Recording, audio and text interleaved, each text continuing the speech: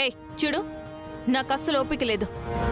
నిజం మాకు చెప్పి నీ యూనిఫామ్ని కాపాడుకుంటావా, లేకపోతే మీడియా వాళ్ళకే నిజం చెప్పి నీ యూనిఫామ్ని పోగొట్టుకుంటావా?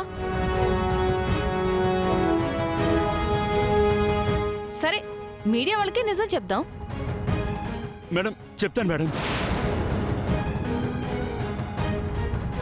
అయితే చెప్పు చెప్పు, ఎవరు నీతో ఈ పని చేయించింది? మేడం అది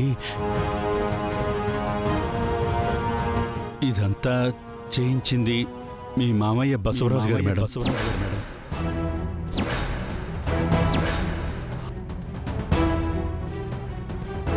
ఇన్నాళ్ళు నువ్వు అడ్డుపడి ఆపావు కదా.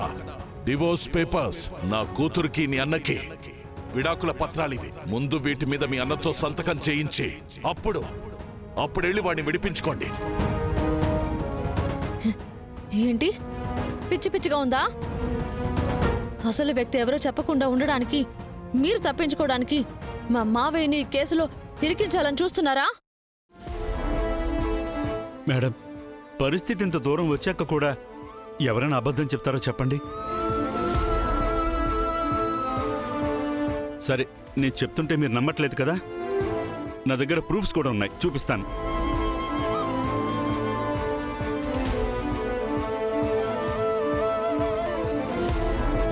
ఇదిగోండి.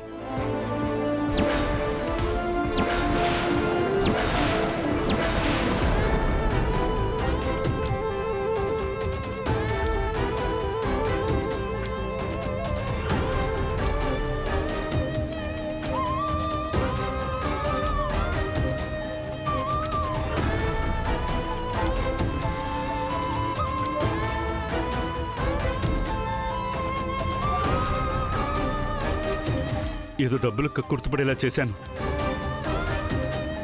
ఈ విషయాన్ని ఇతరుతో వదిలేండి మేడం. పెళ్ళాం బిడ్డలు కలవాణ్ణి, ప్లీజ్ మేడం. మావయ్య ఈ స్థాయికి దిగజారిపోయారా? చేసిందంతా చేసి ఇప్పుడు క్షమించమంటే కోల్పోయిన నా జీవితం తిరిగి వస్తుందా? నలుగురి ముందు పడ్డ అవమానాలు మళ్ళీ తిరిగి వస్తాయా? జనమంతా హంతకుడు హంతకుడు అని వేలెత్తి చూపించారు. ఈ అవమానాల పరిస్థితి ఏంటి? క్షమించాలంటే క్షమించాలి. సరే, ఈ విషయాన్ని ఇంతటితో వదిలేస్తాను. కానీ మీరు మాకు ఒక ఫేవర్ చేసి పెట్టాలి. చెప్పండి మేడం, మీరేం చెప్పినా చేస్తాను.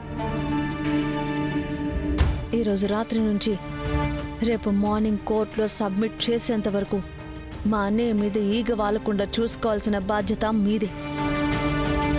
అలాగే మా మావయ్య మీతో మాట్లాడిన ఆ స్క్రీన్ షాట్స్ని మాకు షేర్ చేయాలి. ఓకే మేడం, నెంబర్ చెప్పండి మేడం. నోట్ చేసుకోండి.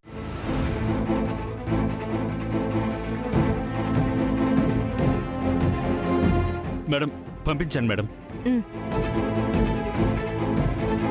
అన్నయ్య, నువ్వేం టెన్షన్ పడకు, అంతా మంచి జరుగుతుంది.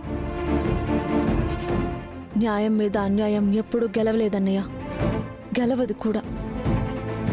నువ్వు ధైర్యంగా ఉండు, నీకు మేమంతా ఉన్నాం, సరేనా? అక్క చెప్పింది కరెక్టే. మనసులో ఎలాంటి దిగులు పెట్టుకోకుండా ధైర్యంగా ఉండు. వస్తామన్నయ్య.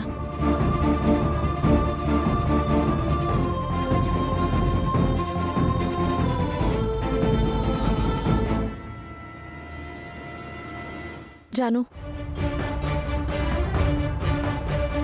నాకు అన్నయ్య ముందు నుంచి చెప్తూనే ఉన్నాడు, కానీ వాడు చెప్పినా నేను వినిపించుకోలేదు. అసలు ఇప్పటికి కూడా మావయ్య ఇలా చేశారు అంటే నమ్మలేకపోతున్నాను. నేను నమ్ముతున్నానక్క.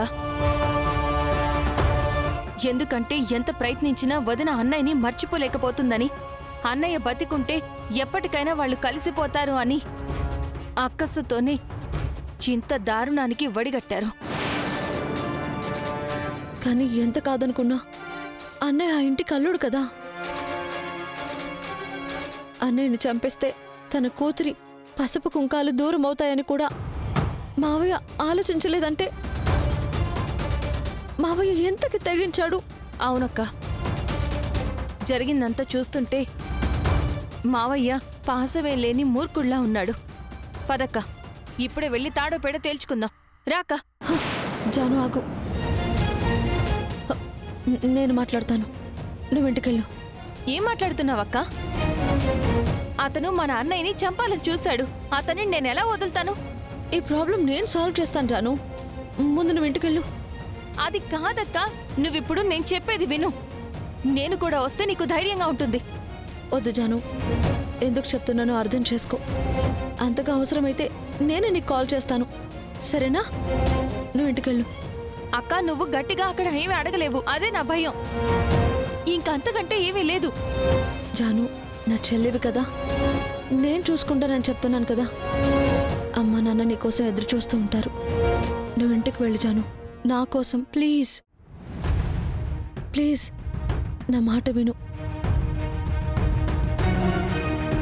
సరే, వెళ్తాను. నువ్వు జాగ్రత్త.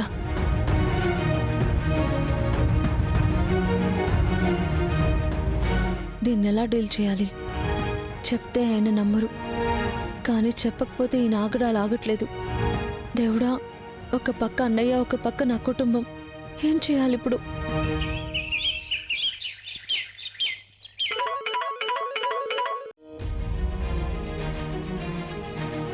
ఏంటెస్ఐ గారు, పని అయిపోయిందా?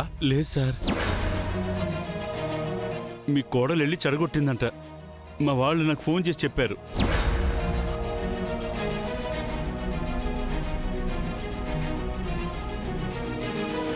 ఏంటి నువ్వు అనేది?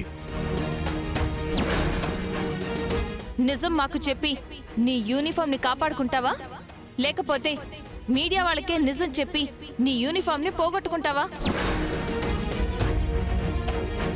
ఇదంతా చేయించింది మీ మామయ్య బసవరాజు గారు మేడం.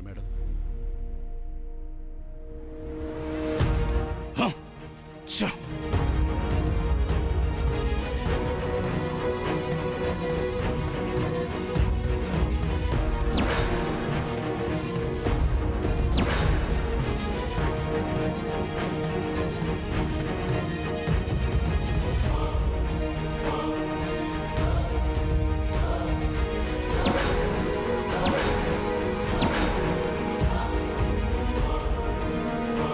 ఎందుకు మావయ్య?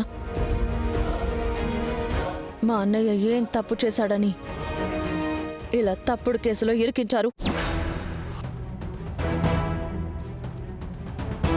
ఏం మాట్లాడుతున్నావు? మీకు అంతగా వద్దు అనుకుంటే వదిలేయాలి, అంతేకాని ఇలా ప్రాణాలు తీయాలని చూస్తారా? ఇదేనా నీ పెద్దరికం?